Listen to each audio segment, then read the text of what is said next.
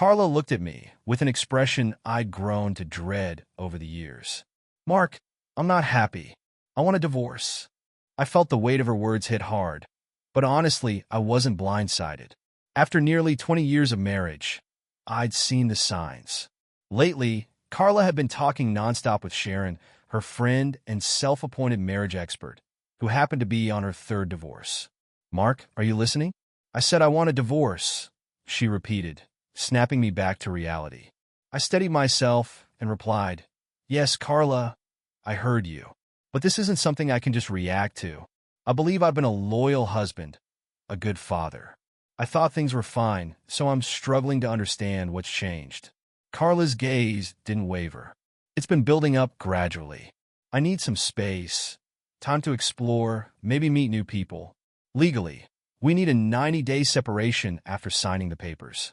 Who knows? Maybe I'll change my mind, and we won't go through with the divorce after all. I tried to stay calm as I thought about her words. So, we both get 90 days to live separate lives without it being considered cheating, but if either one of us decides we're done, then we can move forward with the divorce regardless of what the other wants. Do I have that right? Carla seemed taken aback that I had thought it through so clearly. I went on, Look, I'll file, too, so we're on even ground here. That way it's not all in your hands. Is that fair? There was a moment of hesitation. I suppose. Are you saying you want a divorce, too? No, I'm not asking for one, I clarified. But I'm not going to stand in the way if it's what you truly want. I thought I was doing everything right as your husband, but if that's not enough, then I need to accept it. She softened a little, maybe realizing the weight of her decision. You've been a wonderful husband and father, Mark. I just need a change. I want the freedom to meet new people, to see what else might be out there for me. This legal separation gives me that chance. Her words stung. If you feel like you need more than what I can give you, that's not easy to hear, I said, quiet for a moment. Have you already spoken with a lawyer? No, but I plan on hiring Calvin Moore. He handled Sharon's divorces, she admitted, confirming Sharon's influence on her decision. All right, I replied, swallowing my frustration. Then I'll probably ask my cousin Paula to represent me. I know you don't think too highly of her, but she's good at what she does. Paula may be tough, but she's fair. Besides, last time she had a few too many drinks, she told me she'd represent me for free if I ever needed it. Carla and I both knew that Paula's reputation for toughness was well-earned, and maybe it bothered her a little. I continued, How about we take the next couple of weeks to prepare for the separation? We can start fresh on the first of the month. All right, that sounds reasonable, she replied, though she still seemed uncertain. I could see her resolve start to waver. Here's what I suggest, I said, gesturing toward the kitchen. Let's sit down with a notepad and plan out what we need to get done. I'll make us some coffee. I headed to the kitchen, leaving her to gather her thoughts. By the time she joined me, I'd started a list and the coffee was brewing. So, where do we begin? She asked, sitting across from me. I glanced at my notes. Let's start with the kids. We need to figure out what to tell them. They need to hear the same message from both of us, so they don't feel confused or, worse, think they're somehow at fault. Carla shifted uncomfortably. Do we really need to tell them right away? Maybe we could wait out the 90 days and, who knows, maybe we'll never have to bring it up. I sighed, recognizing her reluctance. Look, we're going to be separated, and the kids will notice that things aren't the same. We should be honest with them. I thought you could stay here during the separation so we can keep some stability for them, but we'll need to be ready for their questions. That could get complicated, she replied. What if we don't handle it well? Or if one of us wants to go out and the other resents it? And what if they see us socializing with other people? It might confuse them even more. She had a point. We both knew our daughters would struggle with the idea of us splitting up, and we agreed we'd need a careful approach. Our friends and family would need to hear a consistent story, too, so they wouldn't jump to conclusions about infidelity or blame. As we talked, we also recognized that even though our daughters were resilient, they might benefit from counseling. For now, we try to work through it ourselves, but we promised to keep the option open if they needed more support. With every point we discussed, I could feel the gravity of our situation settling in. The reality was, even if we tried to make this as smooth as possible, we were facing the end of something big, and our lives, and our kids' lives, would be different. As Carla and I continued discussing the details of separation, I brought up something that seemed to surprise her. Our kids might end up with extra grandparents through new partners, which could mean a few more gifts on birthdays and holidays. Still, we need to carefully coordinate family gatherings to avoid chaos, especially around big occasions. I also pointed out how we need to handle our dating lives discreetly. I suggested we keep any meetings with new partners away from home, especially when one of us was with the kids, to keep things smooth for them. Then we dove into the financial realities of it all. Splitting up meant we'd both have to juggle the costs of two households. I explained that each of us would need to handle every expense independently now, from everyday bills to larger costs. The usual process in a divorce is to split up joint assets, close shared accounts, and set up child support. It would be a big adjustment for both of us, financially and practically. Understood, Carla said, though she seemed stunned by the sheer number of things to sort out. I kept going. I'll look into renting a small place near work, where the girls can stay comfortably on the nights I have visitation. I explained how the standard schedule allows kids to be with a non-custodial parent every weekend and for certain holidays, though this can change based on arrangements with the other parent. She seemed genuinely surprised I wasn't dating more frequently, as if she expected me to be out of the house constantly. I assured her that I'd remain present in our daughters' lives as much as possible, but she and any future partner of hers would need to take on some of my current responsibilities. I reminded her that with school commitments, weeknight visits could get tricky. Plus, if either of us ends up with someone who has kids, helping them with schoolwork and activities would bring its own challenges. Likewise, she might need to help her new husband with his children someday, too. Practical things came up, like how we'd manage belongings between two places or the difficulties of transporting the kids if my new place wasn't on their bus route. A bit exasperated, Carla muttered to herself, "This isn't going like Sharon said it would." From what I gathered, Sharon had told her that mentioning divorce would make me suddenly eager to please, doing everything for the family and letting her date others. But here I was, calmly going over details instead of falling into panic. Seeing her distress, I suggested, "Why don't we both get some rest? Tomorrow, we'll pick up where we left off. I've still got a few thoughts to jot down, though." With that, I turned back to my notepad. I knew the more organized we were going into this, the less painful it'd be down the line. "Good night," I said, and she headed back to bed, though she barely seemed to sleep a wink. Meanwhile, I worked on breaking down the tasks we'd each need to handle independently. When I finally called it a night, I left the notepad in the kitchen and crashed in the guest room. The next morning, I woke to find Carla examining my notes, her expression unreadable. She seemed both annoyed and bewildered. I had made a thorough list, separating expenses like the mortgage, utilities, car insurance, and even smaller subscriptions we'd been sharing. I'd budgeted for a few personal sacrifices, like cutting back on my Waffle House breakfasts and Starbucks trips. I added the girls' expenses for activities and school needs, noting how child support would help cover them. But I also listed the everyday tasks Carla might need to handle herself, like refueling the car, arranging maintenance, and calling a plumber if anything went wrong around the house. Frustrated, she muttered under her breath, "Why isn't Mark acting the way he should? I thought he'd be desperate to make this easy for me." Later, as I drifted back to sleep, she slipped into the other room to call Sharon. "Hey, Sharon," I overheard her say, trying to keep her voice down. "Mark's taking this way differently than I expected. Instead of asking how he could stop me from divorcing him, he agreed to it and started going over all the responsibilities he currently handles, stuff I need to take on myself if we go through with this. He's even looking for an apartment, saying we need to experience this as if we're really divorced to see if it's what we want. He doesn't seem the least bit afraid of the idea. What do I do?" Sharon's response was quick, firm, and laced with her usual cynicism. "Listen, girl, he's just trying to manipulate you. Stick to your plan." But Carla sounded unconvinced, and I could hear the doubt creeping into her voice.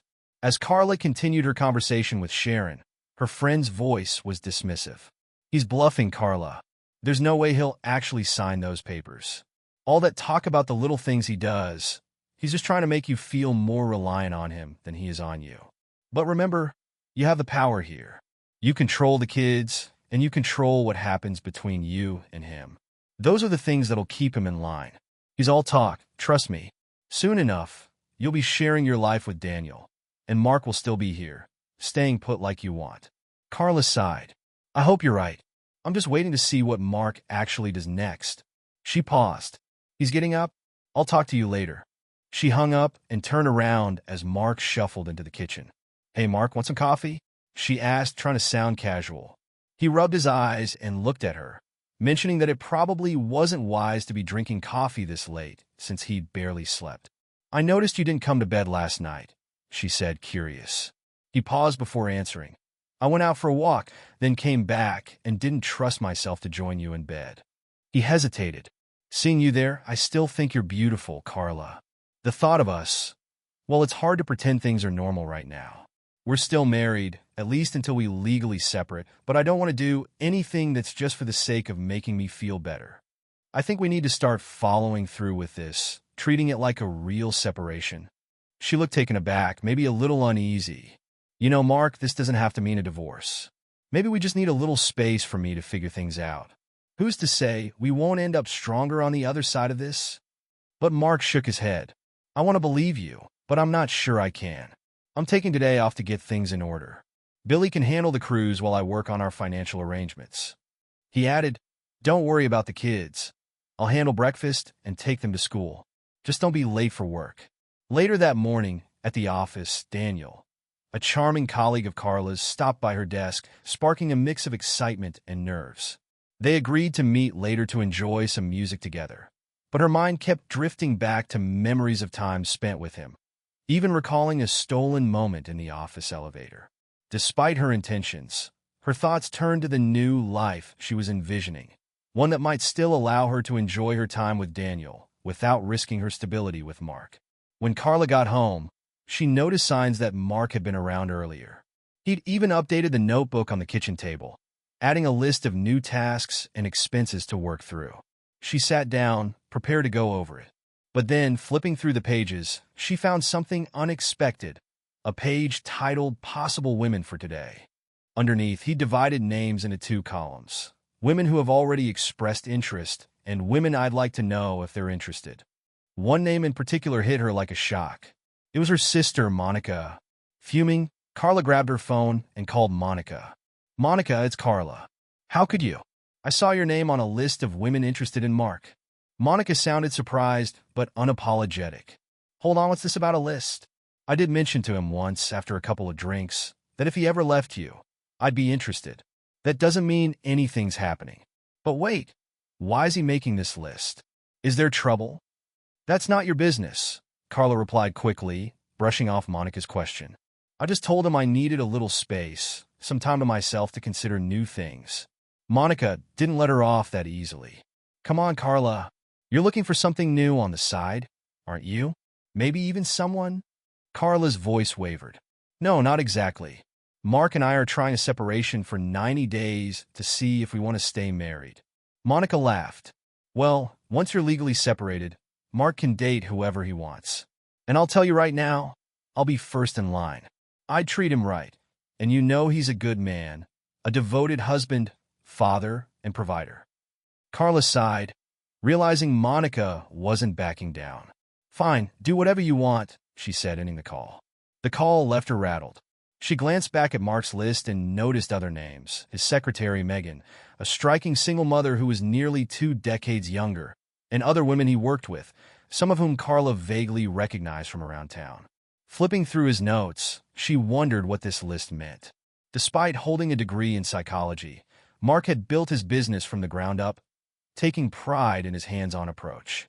Now, women from different parts of his life seemed to be circling around him, possibly ready to take her place if she truly stepped aside. As Carla put down the notebook, she felt a wave of doubt creep in. Her choices had led to this moment, and for the first time, she began to question what exactly she was on the brink of giving up. Carla eyed the names on my list, her expression turning suspicious. She raised an eyebrow and remarked, So, evaluating the skills of these women? Maybe even their home maintenance skills? I caught her glancing at the 3 unnamed women I'd listed simply by their roles: a waitress at Waffle House, a Starbucks barista, and a clerk from Walmart. I could almost see her mind spinning, wondering how many others might have expressed interest in me without her realizing. When I walked in, she didn't waste any time. "So, it looks like you've already found a replacement for me," she said, her voice tense. "My own sister, of all people." I stayed calm, meeting her gaze. "I'm just following your lead, catching up on your progress finding new friends," I replied. "What's that supposed to mean?" "I don't have a boyfriend. I just want to explore some new connections," she said, sidestepping my meaning. "And what about Daniel Scott?" I asked directly. Carla froze, clearly caught off guard. "How do you even know about that?" She stammered. "I ran into Laura from your office at Walmart," I explained. "She's quite the gossip, but she did mention you and Daniel have been spending a lot of time together lately." Carla sighed, defensive. "Daniel's just a college friend. We've been close for years. That's probably why Laura thinks there's more going on." "Okay, I get it. But be honest with me. How far has this gone?" She hesitated, glancing away before admitting. "It's mostly been conversations. I might like to date him. He's kind, compliments me even when I'm not feeling my best." But her face gave something away, and I pressed further. "Did you do anything that might not sit well with his wife?" I asked, watching her closely. "Wife?" she said, startled. "Daniel isn't married." "Who told you that?" I couldn't hold back a slight grin. His Facebook profile was recently updated. It clearly says he's married to a woman named Deborah. They even have 2 sons. I watched her face as it registered. Last post from a few days ago. Seems like he's still very much a family man. Carla paled, a bit shaken. He never mentioned he was married. I would never come between a married couple. I leaned back, considering her words. Funny how that's a line for you, but apparently breaking up our marriage doesn't count. We sat in heavy silence until she cleared her throat and said, "Look, Daniel is just one of a few people I was considering. If we're going down that path, I can make a list just like yours." "Oh, one thing," I interjected, realizing something. "If we both date during this 90-day separation, we'll need to exchange medical reports before, picking things up again." "Gross, Mark. Is that really necessary?" She shot back, her voice tinged with irritation.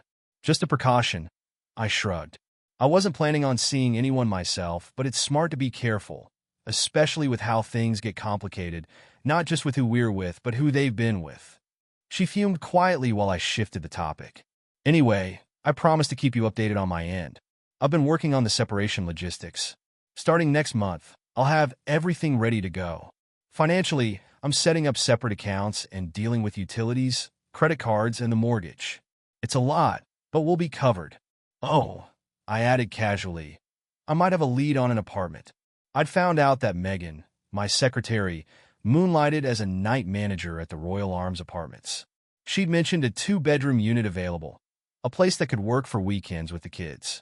If I work part-time as an apartment maintenance specialist, they'll knock the rent down by half, which means more for you and the girls. She shifted in her seat. "You haven't signed anything, right? I mean, we have 90 days, so there's time if things change." "No, nothing's signed. But Megan did mention they don't typically do short-term leases. She could arrange an exception for 90 days, though. Also, she let me know she'd be interested in me if things went that direction." Carla's eyes flared, though she bit back her thoughts. I continued before she could jump in. "Oh, there's something else," I said. "I booked 2 tickets to Hawaii. It was supposed to be a surprise for our 20th anniversary." Her whole demeanor changed in an instant. "Hawaii? Oh, Mark, you know that's been my dream destination forever. The beaches, the ocean. Thank you. I can't wait." But I kept a straight face, watching her closely. The excitement on her face didn't change as she kept talking about the trip, as though the past week hadn't happened at all. "Carla, we're not going to Hawaii," I said, breaking the silence. "When you mentioned divorce, I had a feeling we might not make it to our 20th anniversary. I tried to cancel, but all I could get was a 20% refund.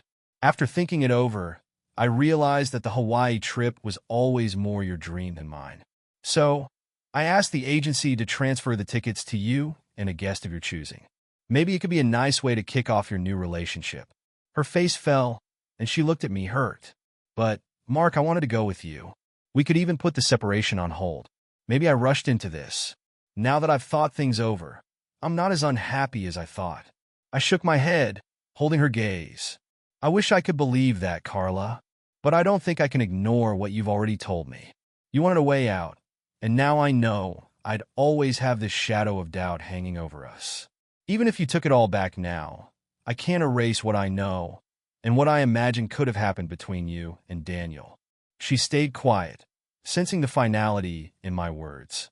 I added, I'll probably proceed with the divorce regardless.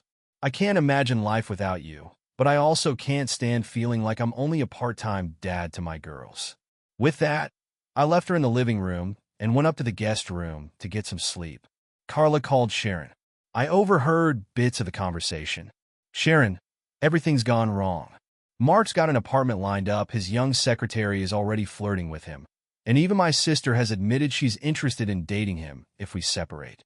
To top it off, he gave me the Hawaii tickets and told me to take my new boyfriend instead. Sharon's tone was casual. What's the problem, dear?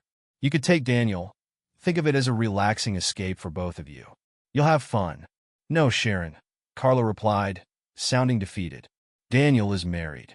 His wife and kids are moving here soon. I can't. Sharon paused, then said, Wait a minute. I think I see what's going on. Mark is smarter than I thought. This whole Hawaii ticket idea was probably just a setup to make you feel guilty and stop the divorce. Oh my goodness. I didn't think he could be so deceitful, Carla said, her voice growing indignant. He'll pay for this. Atta girl, Sharon encouraged. Stay focused. You'll get the life you want soon enough. The next morning, I headed downstairs with a small suitcase in hand. Carla shot me a glare. So, you're trying to make it look like you're moving out already? Fine then. Goodbye and good riddance. I kept my cool. Actually, I'm just moving a few things to the apartment. Megan, my secretary, let me know I could start bringing things over early to make it easier on the girls. That way it's not such a big shock for them. Her demeanor shifted. Oh, let me guess. You ran this by Sharon, your divorce expert? I shook my head, amused by her defensive tone. You mean your marriage coach, Sharon? The one who's really only qualified in divorce experience? I wasn't consulting anyone but myself. Carla looked at me sharply. Sharon figured out your little Hawaii plan. You made that whole thing up just to guilt trip me into staying. Nice try, but I still want a divorce. There are plenty of men who would be thrilled to meet my needs. I took a deep breath, steadying myself. You're probably right. You're beautiful. Carla, I never took that for granted. You're a great mom, and I thought a faithful partner too. But if you think the Hawaii trip was some sort of ploy, let's call the travel agency. They'll set the record straight. Without waiting, I dialed. It's Mark Daniels. My wife is on speakerphone. So could you walk her through the details about the Hawaii trip we had planned? She has a few questions. Karen's voice was cheerful, but professional. Of course, Mark. I'm so sorry you won't be able to go. I know you were looking forward to surprising your wife. Carla's face hardened as she asked, Could you tell me exactly what's included in this trip? Certainly, Karen said smoothly. It's a 10-day excursion across 2 islands with accommodations at our best hotels, all meals, hula lessons, luau's, tiki performances, and other unique experiences for couples. Many find it's the perfect way to reconnect. Carla's voice grew tight. And when did Mark book this trip? I knew she was hoping to catch me, but Karen replied with ease. According to our records, Mark reached out about 3 months ago to inquire. He finalized the booking 2 months ago and completed payment soon after. Thanks, Karen. I think that answers everything, I said, ending the call. Carla was quiet, taking it in, before a thought seemed to strike her. You and Karen planned this whole story before I even mentioned divorce, she said almost to herself, her voice a mix of anger and disbelief. I sighed. Maybe you should talk to your parents, Carla. After all, they're the ones who'll be watching the girls while we're away. What do my parents have to do with this? She snapped, surprised. Who do you think would have looked after them while we were on the trip? I replied. Carla paused, caught off guard. Fine, let's call them now, she said defiantly, reaching for her phone. No need to rush into anything, I said, watching her face as she considered what the next few months would look like. The divide between us was clear, but Carla's reaction told me one thing. For the first time, she was realizing that there might not be a way back. And I was realizing I'd already taken the first steps toward moving forward, no matter how much it hurt. The call with her parents started awkwardly enough. Carla's mother answered the phone, her voice cheerful, but a bit wary. "Carla, how are the girls? And Mark, so nice to hear from you both. Give me a second. I'll grab your dad." She put us on hold, and a moment later, her father, Frank, joined the call. There was a tense silence before I decided to break it. "Well, Carla knows about the Hawaii trip now, so we don't have to keep it under wraps anymore," I said, hoping to clear the air. "Oh, Mark," her dad said, sounding a bit let down. "We're sorry you won't be going. You didn't say why when you called earlier, so we thought maybe it was work or something. We were really looking forward to having the girls with us for 10 days. Her mother chimed in, her voice warm but concerned. "I know how much Carla wanted to go, but I imagine she'd rather go with you than anyone else. So, Carla, do you know yet who'll be going with you?" Carla hesitated, glancing at me as though searching for the right words. "No, Mom, I haven't decided," she replied, her voice small. "How long ago did Mark mention this trip to you?" she added, clearly trying to confirm the details. Her mother thought for a moment. "Frank, it was right around New Year's, wasn't it?" "Yes," her dad confirmed. "At least a couple of months ago. He wanted to make sure we'd have snacks on hand for the girls," he said with a chuckle. Her mom's tone softened as she turned serious. "Mark, is everything all right with you too?" Carla jumped in, attempting to stay calm. "Mom, Dad, it's complicated. We decided we needed some space to work things out.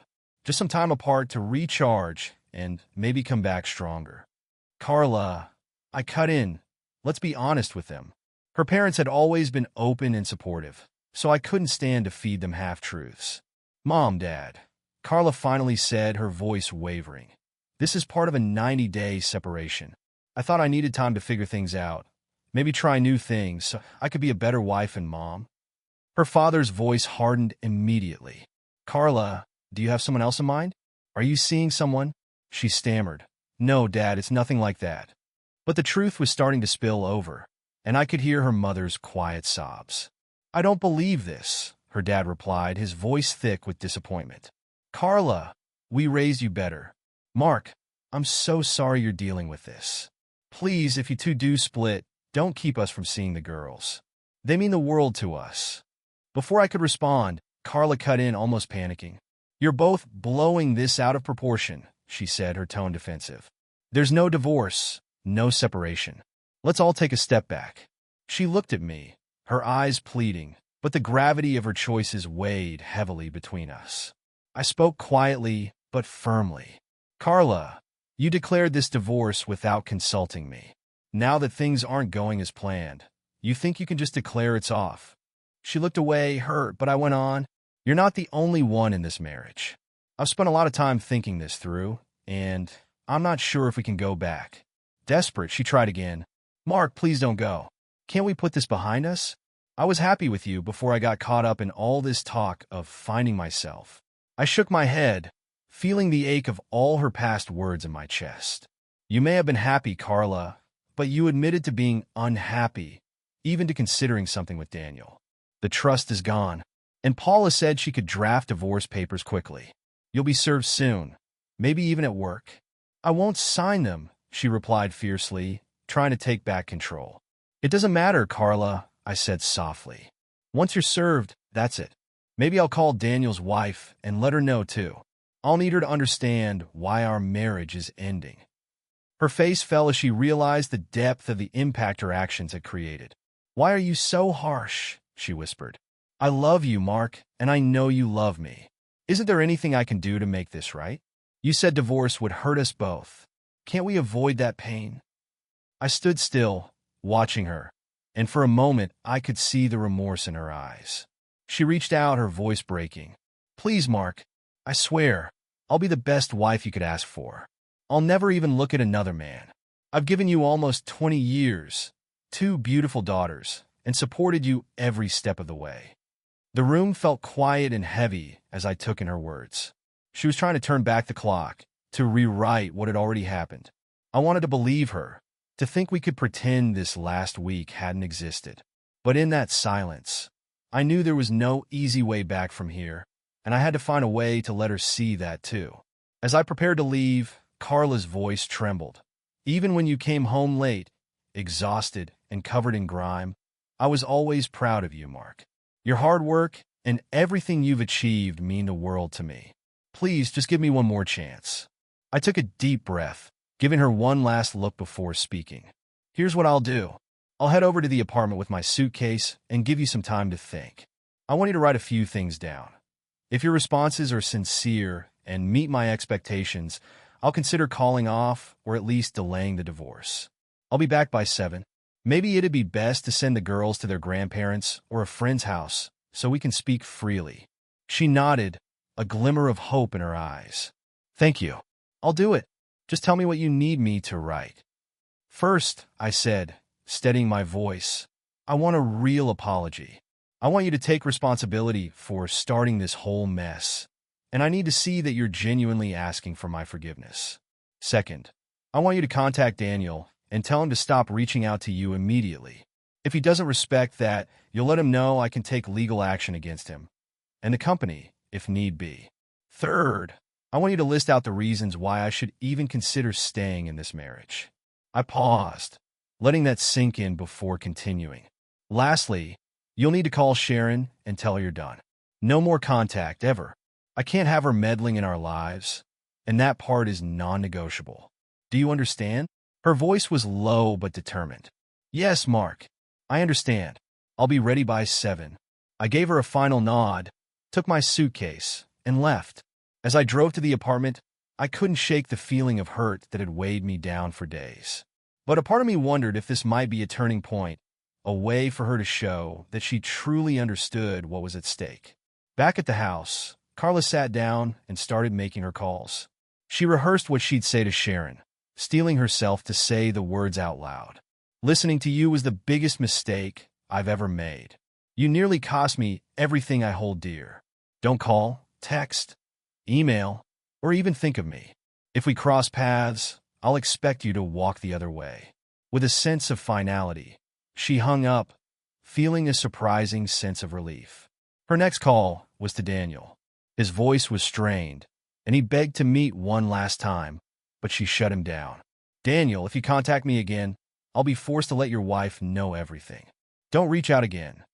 After his desperate protests faded, she hung up, feeling a strange freedom she hadn't anticipated. Then Carla turned to her third task, listing reasons why I should stay. Memories of our years together came to mind. The laughter, the partnership, the way we built a life and a family. For the first time in weeks, she felt the weight of what she was risking. She wrote honestly, acknowledging how foolish, self-centered, and naive I've been. "I see that now. Never again." As 7 o'clock approached, she waited, a mixture of nerves and hope swirling inside her. When I finally walked through the door, my face was unreadable. She handed me her responses with hands that shook slightly. "Here's everything," she said softly. "I hope you'll consider it." I scanned her words, and tears filled my eyes as I read through the list she'd carefully written. I felt the sincerity, the regret, the love she still had for me. I blinked, unable to look up right away. Carla, interpreting my tears as hope, stood up, moving toward me, but I gently motioned for her to sit back down. "Carla, this is sincere, and I can see you've put your heart into it," I said, my voice thick with emotion. But I took a deep breath and added, "Still, I don't know if you fully understand the hurt I've been carrying. Right now, I'm not sure I could just go back to how things were." Her face fell as the weight of my words hit her. She crumpled to the floor, overcome with grief, whispering, "I've ruined everything. I've broken my family. I'm so ashamed. How could I have been so blind?" I knelt beside her, my own voice steady but quiet. "Now you understand, Carla. That's the same pain I've been living with." Her tears seemed endless, her regret written across her face. For a moment, I considered leaving her to process alone, but just as I turned to go, I stopped, a thought forming in my mind. "Carla," I said gently, "during our separation, are we allowed to see other people?" She looked up, stunned, trying to compose herself as tears continued streaming down her cheeks. "I don't know," she stammered. "But why?" I met her gaze, my tone softening. "Because if we are, maybe I'd like to ask you out. How about Friday night? Dinner and a movie?" Her eyes widened. Are you asking me on a date?" "Yes," I replied, a tentative smile forming. I think our old relationship has changed beyond repair, but maybe we can try to start over. In a moment of overwhelming relief, she threw her arms around me, her tears changing from sorrow to gratitude. Yes, she whispered, her voice shaking with emotion. Yes, Mark, 1,000 times yes. And for the first time in what felt like forever, I allowed myself to hope.